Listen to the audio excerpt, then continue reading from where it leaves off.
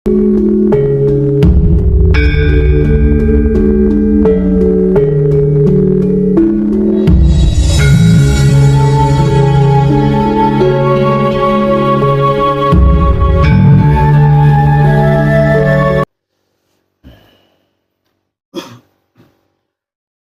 yang mengalami kesulitan gemblengnya? Hah? Ada yang mengalami kesulitan enggak gemblengnya? Ya? Awal sih sulit untuk diam, belum bisa untuk diam. Yang lain panjenengan?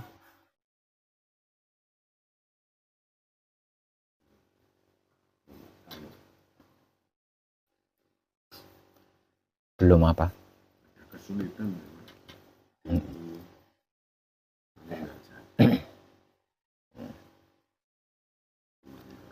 Lah ya makanya saya nanya, ada nggak yang mengalami kesulitan gemblengnya? Kan saya nanya. Nah, ya coba apa ya kesulitannya apa? Proses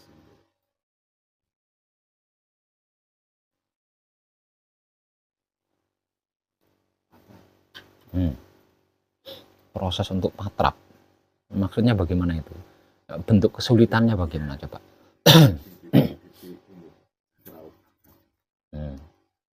Belum hafal.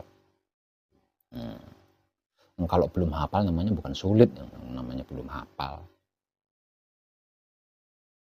Sulit itu panjenengan tidak bisa melakukan atau bagaimana gitu maksudnya. Itu panjenengan mengalami kesulitan apa tidak?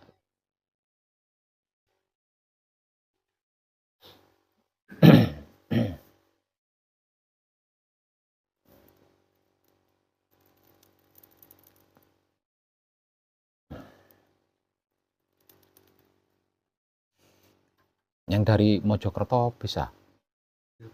Bisa.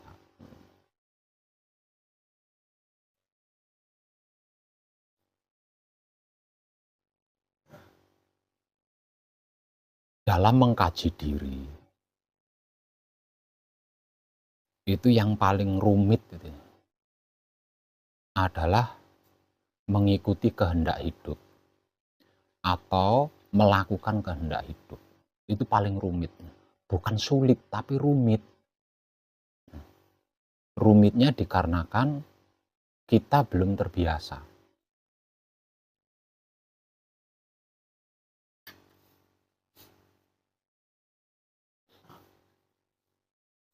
Itu rumit sekali. Mengikuti kehendak hidup, melakukan kehendak hidup, itu rumit sekali. Karena apa? Karena kehendak hidup itu sudah pasti bertentangan dengan pikiran panjenengan. Pasti bertentangan dengan batin panjenengan, pasti bertentangan dengan keinginan panjenengan atau syahwat panjenengan. Ini pasti itu. Nah, ini rumitnya kan di situ.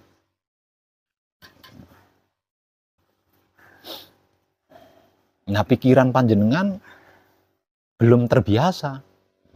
Pikiran panjenengan mengikuti dan melakukan kehendak itu hidup itu belum terbiasa. Batin panjenengan mengikuti dan melakukan kehendak hidup itu belum terbiasa. Syahwat panjenengan atau keinginan panjenengan mengikuti dan melakukan kehendak hidup itu belum terbiasa. Nah, rumitnya itu di situ.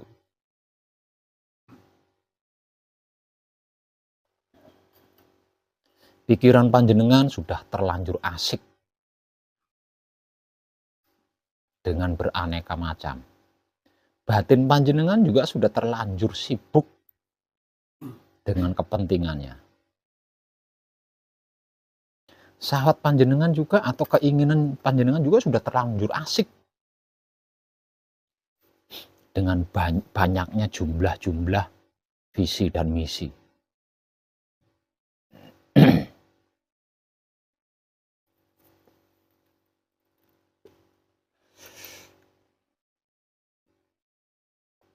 Dan malam ini saya akan memberikan pencerahan kepada panjenengan tentang perbedaan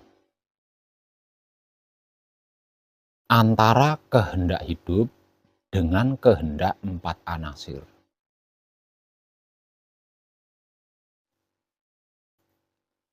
Pada konten video yang lalu, secara simpel saya sudah memberikan pencerahan tentang ini. Namun secara simpelnya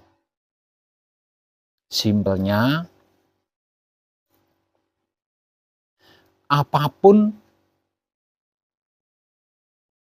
yang masuk ke dalam diri itu adalah kehendak hidup. Dan apapun yang keluar diri itu adalah kehendak 4 anasir. Itu secara simpel. Artinya, jika ada ajakan masuk ke dalam diri, berarti itu kehendak hidup. Kalau ada ajakan keluar diri, melakukan sesuatu keluar diri maksudnya, nah itu kehendak 4 anasir. Kehendak salah satu 4 anasir. Itu secara simpel. Kalau harus diperdalam lagi, lalu kehendak hidup itu yang seperti apa dan bagaimana? Terus kehendak 4 anasir juga yang seperti apa dan bagaimana, kan gitu.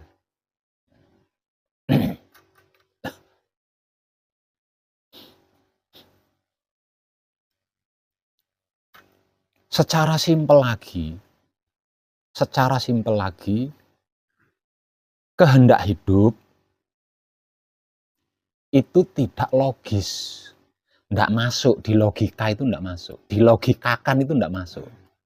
Nah, makanya saya katakan tadi bertentangan dengan pikiran kita, dengan batin kita, dengan syahwat kita, itu pasti bertentangan kalau kehendak hidup. Kalau kehendak 4 anasir pasti logis gitu loh. Logika banget gitu loh. Logika banget. Lah, kita terbiasa mengikuti logika-logika ini loh. Ya. Artinya kita terbiasa mengikuti kehendak 4 anasir. Semua itu dilogikakan. Semua itu dimasukkan ke akal. Tidak ada satupun yang tidak dimasukkan ke dalam akal. Bahkan yang disebut maha suci, yang konon katanya maha gaib, itu pun dimasukkan ke dalam akal. Itu loh kehendak 4 anasir.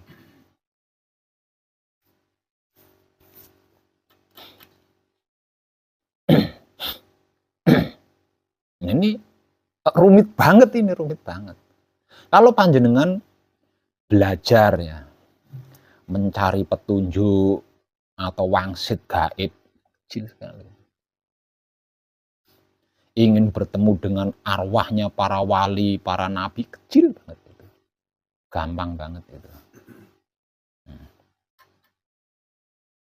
Ingin mendapatkan ilmu laduni tanpa berguru gitu maksudnya. Ilmu kesaktian, ilmu jaya kawijayan tanpa berguru, itu kecil banget.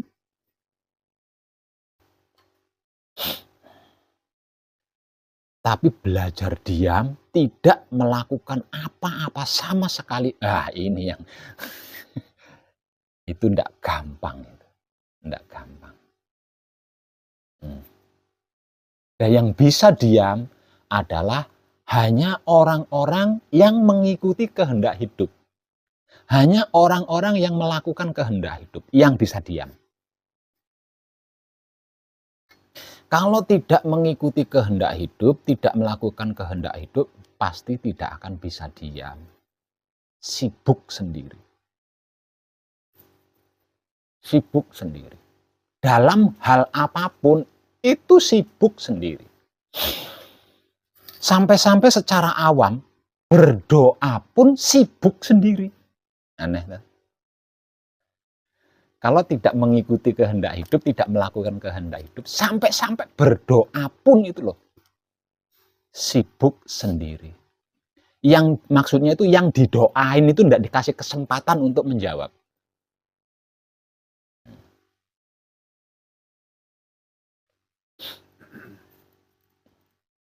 Padahal secara spiritual yang disebut, yang dimaksud berdoa itu adalah bentuk komunikasi batin. Bentuk komunikasi batin, entah itu dengan pikiran, entah itu dengan syahwat, entah itu dengan maha suci. Itu saja sibuk sendiri. Sampai-sampai yang diajak komunikasi, yang didoain maksudnya, itu tidak diberi kesempatan untuk menjawab. Misal contoh, berdoa atau berkomunikasi dengan Tuhan. Salah satu kata-katanya sebagai berikut. Tuhan, Engkau di mana? Bentuk doanya ya, atau bentuk komunikasinya. Tuhan, Engkau di mana? Lah, harusnya ini kan kita memberikan kesempatan agar supaya Tuhan menjawab kan? Tapi tidak, karena sibuk. Justru kita sibuk sendiri. Tuhan, kamu di mana? Kok saya mencari-cari nggak ada, ke sana, ke sini, belajar, jadi Tuhan nggak bisa menjawab itu. Nah, kita itu seperti itu loh, kita itu selama ini seperti itu.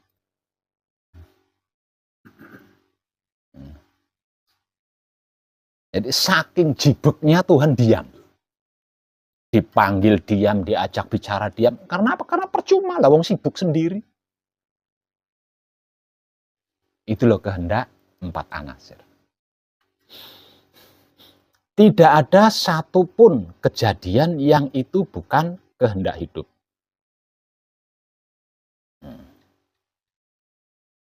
Tidak ada satupun kejadian yang itu bukan kehendak hidup. Tidak ada satupun kejadian yang itu bukan kehendak hidup. Semua kejadian yang terjadi di dalam alam semesta seisinya ini adalah kehendak hidup. Hanya saja karena kehendak hidup ini diambil alih oleh 4 anasir, maka yang terjadi hasilnya itu tidak sesuai dengan firman Maha Suci. Karena diambil alih oleh kehendak 4 anasir.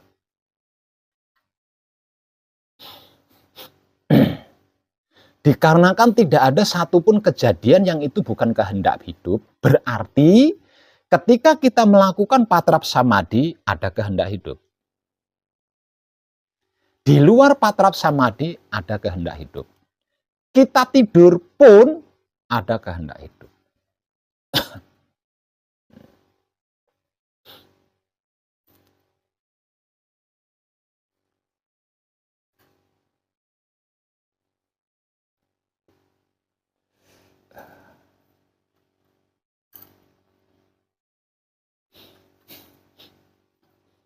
Kenapa?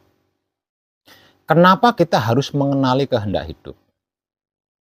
Yang kemudian mengikuti dan melakukan kehendak hidup.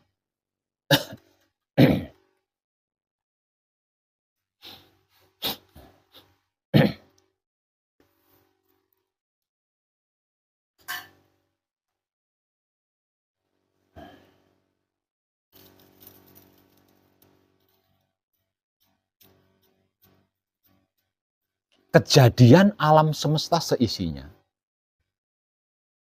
itu dari cinta kasih sayang Maha Suci. Kejadian alam semesta seisinya itu dari cinta kasih sayang Maha Suci.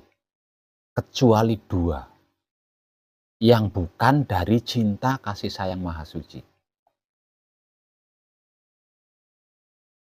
Alam semesta seisinya, termasuk iblis, dajjal itu ya, semua itu terjadi, terbuat, dan dicipta atau diadakan dengan cinta kasih sayang. Kecuali 2 yang bukan dari cinta kasih sayang. Apakah 2 itu?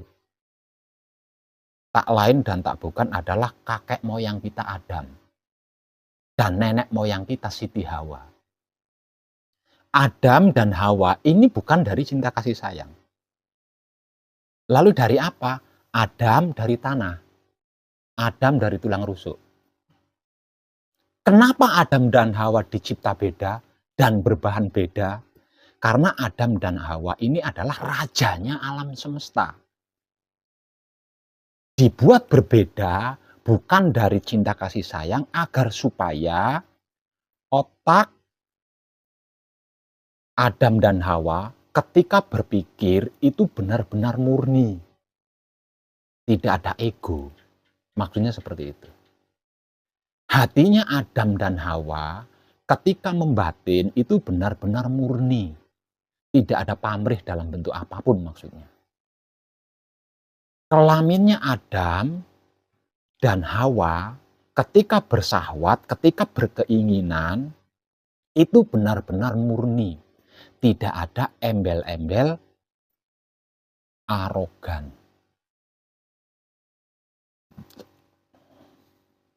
Karena itu Adam dan Hawa dicipta dan berbahan tidak sama dengan alam semesta seisinya.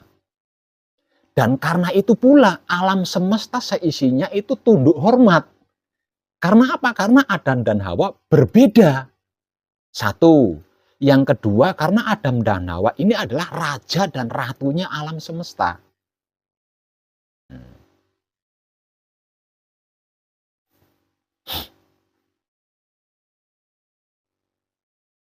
Menurut Maha Suci,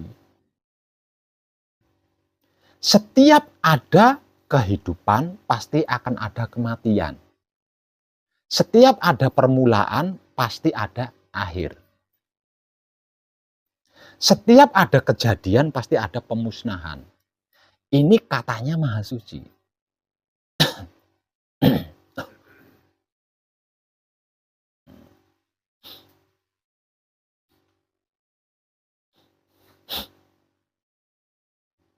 Lah ini kalau dianalisa secara cermat,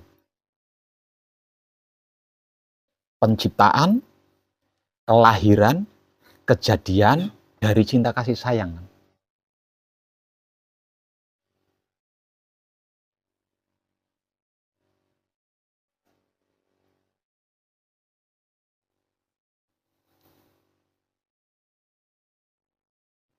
Jadi apapun kejadiannya, apapun penciptaannya, apapun kelahirannya, jika cinta kasih sayang ini lenyap, maka akan terjadi akhir. Akan terjadi mati, akan terjadi peniadaan.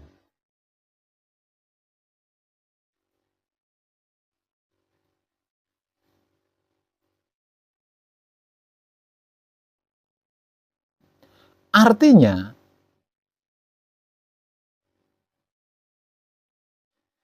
penciptaan tidak akan ada pemusnahan.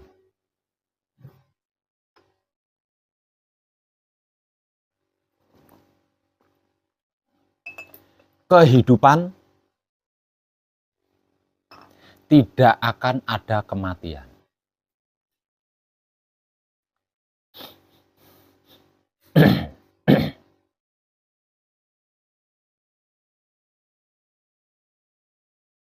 Begitu juga dengan kelahiran. Kalau cinta kasih sayang ini tidak lenyap. Kalau cinta kasih sayang ini tetap ada. Di sepanjang sejarah peradaban kehidupan manusia, setiap pergantian kehidupan itu dikarenakan musnahnya cinta kasih sayang. Itu dikarenakan musnahnya cinta kasih sayang. Lah ini kalau kita simpulkan berarti di mana ada cinta kasih sayang, di situ tidak ada kehancuran. Tidak ada kematian, tidak ada akhir, tidak ada pemusnahan, tidak ada pergantian.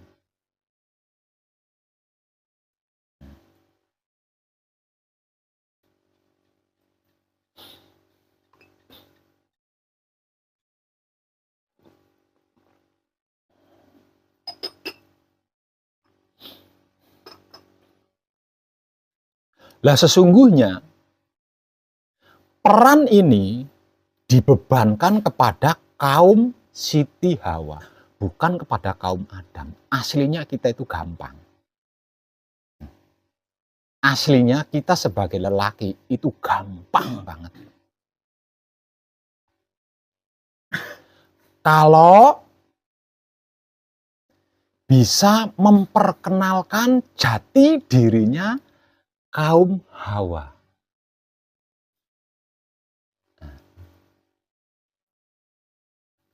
Kalau bisa memperkenalkan jati dirinya kaum Hawa.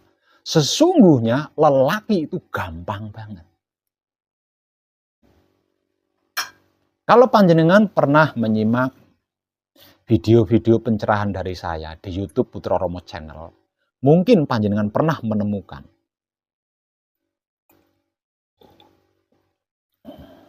video yang dimana di dalamnya saya berbicara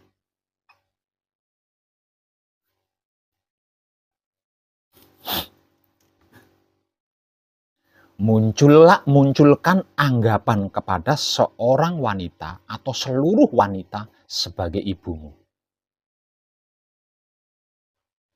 Ya. Munculkan anggapan kepada seluruh bahwasanya seluruh wanita itu adalah ibumu. Kenapa saya sampai berkata seperti itu?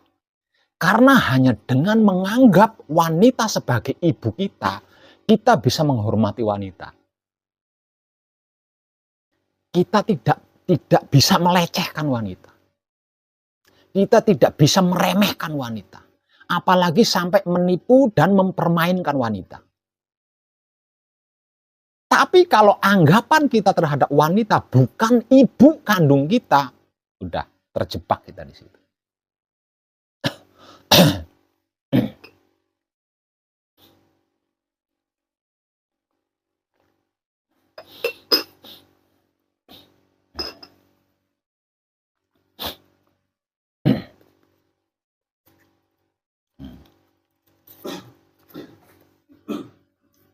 Lah, sesungguhnya rahasianya itu ada di situ, rahasianya.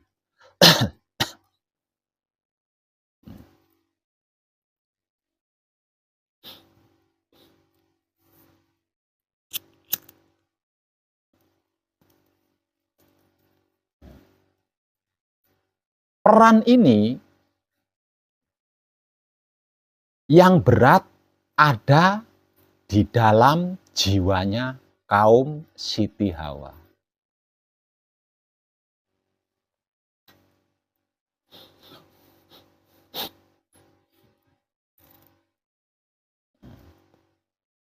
Kenapa saya katakan berat?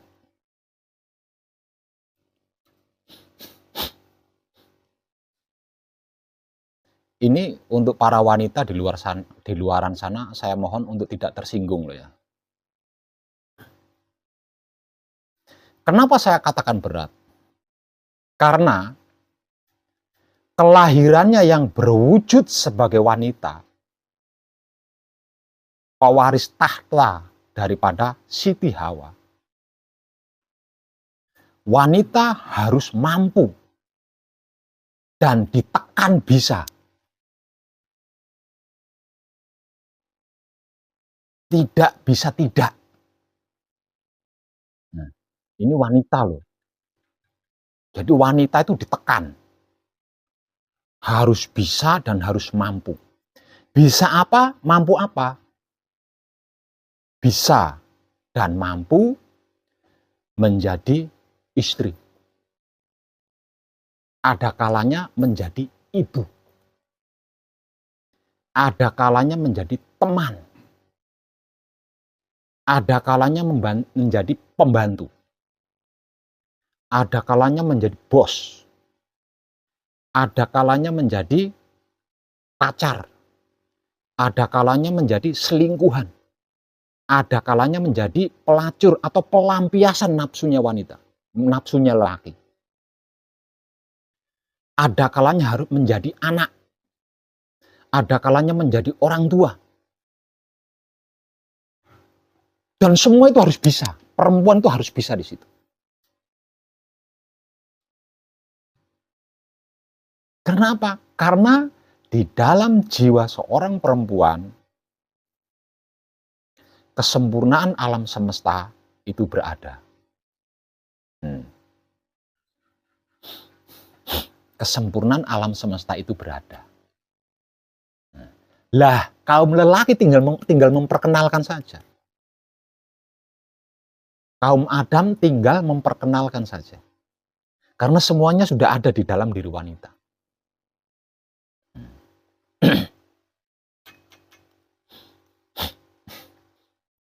Sesungguhnya,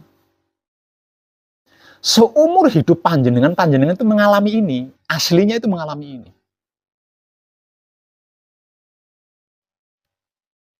Semua wanita itu bisa menjadi istri, bisa menjadi teman, bisa menjadi selingkuhan, bisa menjadi pacar, bisa menjadi anak, bisa menjadi orang tua, bisa menjadi guru, bisa menjadi pembantu, bisa semua perempuan itu bisa melakukan. Namun belum tentu dengan kesadaran cinta kasih sayang. Lah di sini loh. Rahasianya itu di sini.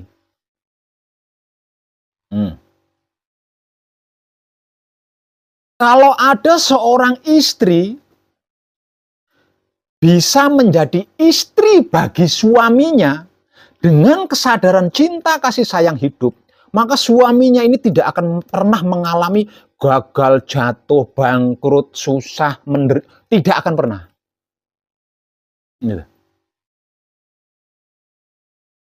Ketika seorang istri berperan sebagai ibu dari anak-anaknya,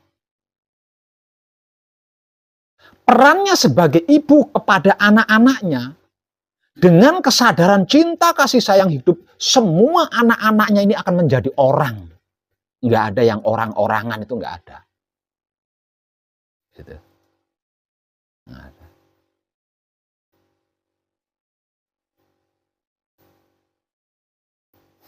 Ini rahasianya di situ. Tapi ketika seorang istri sebagai istrinya suaminya berperan sebagai istri tidak dengan kesadaran cinta kasih sayang hidup, ya ini ada kalanya jatuh, ada kalanya tidak, ada kalanya sial, ada kalanya beruntung, ada kalanya celaka, ada kalanya selamat, seperti itu. Dan kita panjenengan mengalami ini semuanya, sesungguhnya itu, gitulah.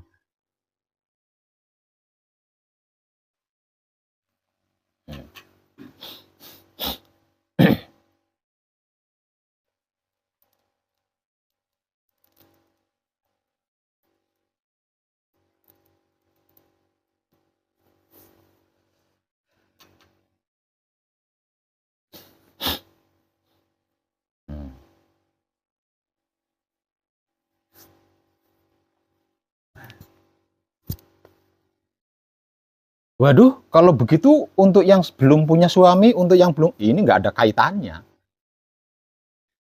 Ini perkara peran. Walaupun ada perempuan masih gadis, belum punya suami, banyak loh yang sudah menjadi istri itu. Hah?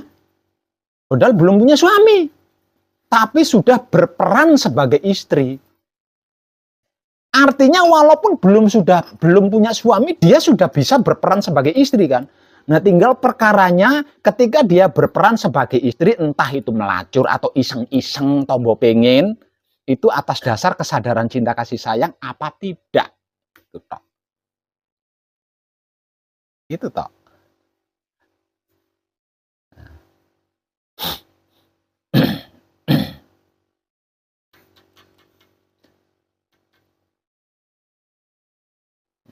Jadi jangan dikira perempuan yang belum punya suami itu belum jadi ibu, belum jadi istri, itu jangan dikira. Ini dunia modern ini. Dunia modern. Artinya kan menjadi seorang istri tidak harus punya suami. Nah, tinggal ketika kejadian itu terjadi atas dasar kesadaran cinta kasih sayang hidup apa tidak. Apa atas dasar uang, apa atas dasar nafsu, atau atas dasar pengen, atau atas dasar kesadaran cinta kasih sayang hidup. Ini berat banget. Peran wanita di sini berat.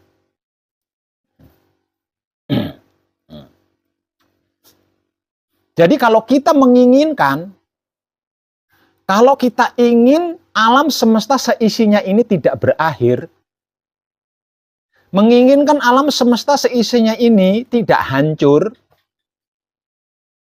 menginginkan alam semesta ini tidak mengalami kematian, maka jumlah kaum Hawa yang hidup di muka bumi ini harus yang bangkit kesadaran cinta kasih sayangnya, yang bangkit itu jumlahnya harus lebih banyak daripada yang belum. Nah, jumlah kaum wanita yang berkesadaran cinta kasih sayang hidup ini, jumlahnya ini harus lebih banyak daripada yang awam.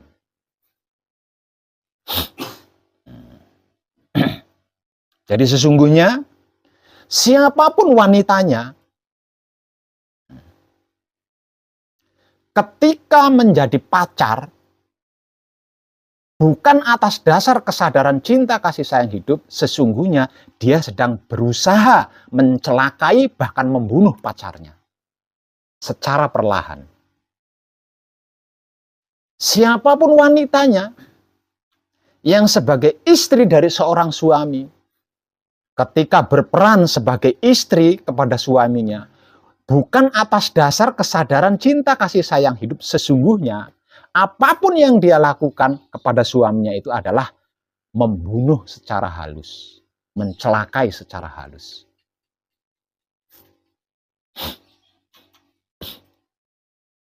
Jadi, untuk panjenengan yang sudah berumah tangga, jika mengalami masalah-masalah, kesulitan, kesusahan, kekurangan di dalam rumah tanggamu, koreksilah engkau sebagai istri. Pernahkah engkau berperan sebagai seorang istri berdasarkan kesadaran cinta kasih sayang hidup kepada suamimu? Ketika berperan sebagai ibu kepada anak-anaknya, pernahkah berdasarkan kesadaran cinta kasih sayang hidup? Karena rahasianya di situ. Rahasianya di situ. Nah, kalau ada perempuan yang seperti ini, entah itu pacarnya, entah itu suaminya, laki-lakinya pasti segera tercerahkan. Itu tidak lama, prosesnya tidak lama, pasti segera tercerahkan.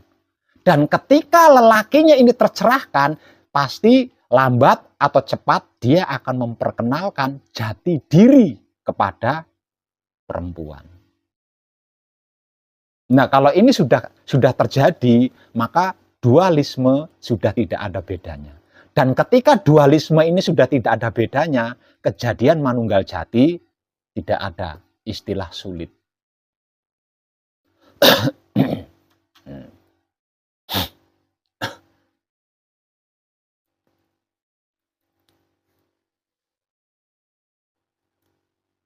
Dan yang mampu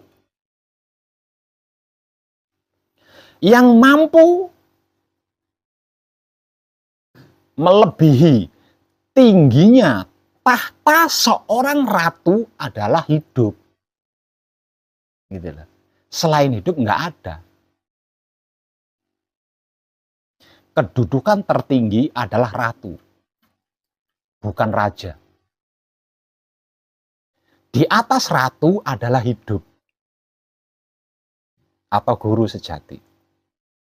Jadi, kalau kita sebagai lelaki tidak mengikuti kehendak hidup, tidak melakukan kehendak hidup, pasti terjebak oleh wanita yang seiring berjalannya waktu akan celaka, kemudian hancur.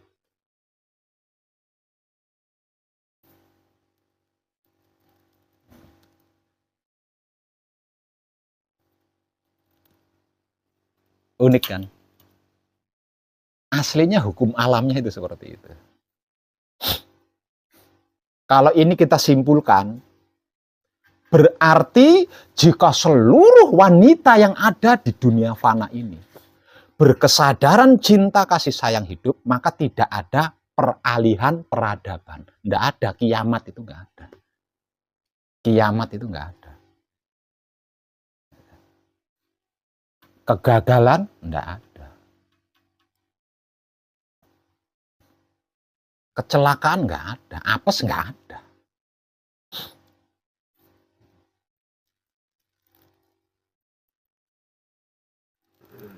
Lah saya yang masih bujang bagaimana? Saya yang masih gadis bagaimana? Sama, nggak ada bedanya.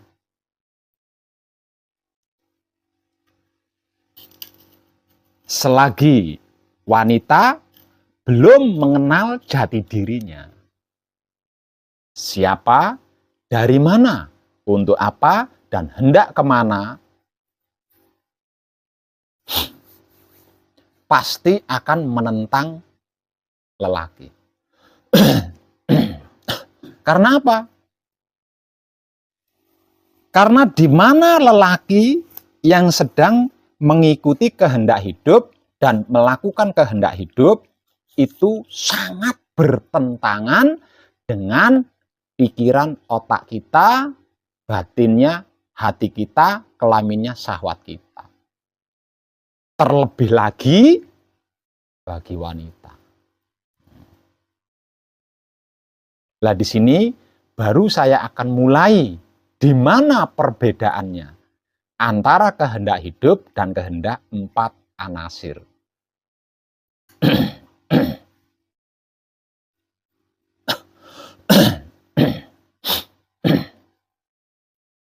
Ingat pencerahan dari saya. Setelah Adam dan Hawa bertobat, ya, setelah Adam dan Hawa bertobat, berhenti menyaingi Maha Suci, maka bermula dari pada saat itu Maha Suci menitipkan cinta kasih sayang kepada Adam, yang kemudian menitipkan cinta kasih sayang kepada Hawa, yang kemudian lagi cinta kasih sayang yang dititipkan kepada Adam dan cinta kasih sayang yang dititipkan kepada Hawa ini kesadarannya dipergerakkan, yang kemudian terciptalah anak cucu Adam, yaitu kita.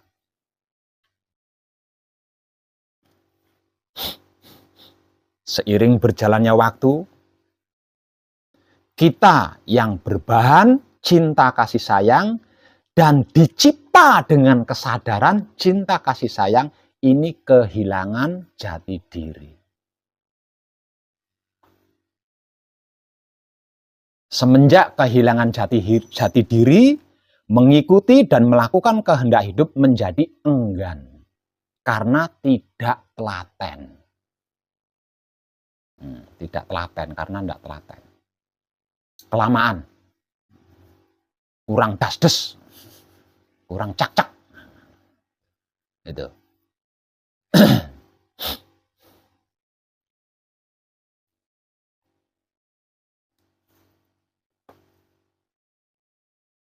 Lalu kehendak hidup itu yang seperti apa dan bagaimana?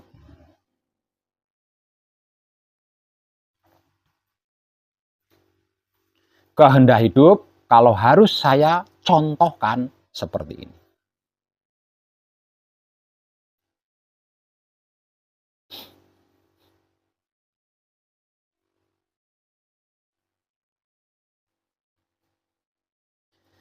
Bisa muncul dari otak kita yang kemudian berpikir. Karena otak adalah singgasana hidup yang pertama. Jadi dia punya hak muncul dari otak kita. Bisa juga dia muncul dari hati kita ketika membatin. Karena hati kita juga singgasana hidup yang kedua. Bisa juga dia muncul dari kelamin kita ketika bersahwat atau berkeinginan. Dikarenakan kelamin kita juga singgasana hidup yang ketiga. Misal contoh, kemunculannya beli rokok di Indomaret. kemunculannya entah itu dari otak atau dari hati atau dari kelamin ya, mau beli rokok ke Indomaret. Maka jarak Indomaret dengan tempat tinggal kita itu ada 1 kilometer. Nah, sebelum Indomaret, di sepanjang perjalanan Indomaret, kanan kirinya itu banyak toko, banyak kios, banyak warung yang juga menjual rokok. Nah,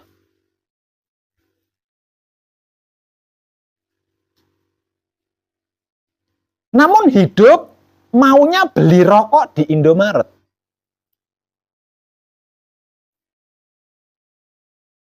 Ketika mau membeli rokok di Indomaret, ini langsung respon, langsung refleks kan?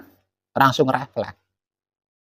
Ketika jiwa raga kita refleks, dikarenakan ada kehendak hidup yang mau membeli rokok di Indomaret, maka 4 anasir pun mulai ikut campur. Mulai ikut campur. Lah, seperti apa kehendak 4 anasir? Logika. Kehendak anasir, 4 anasir, logika.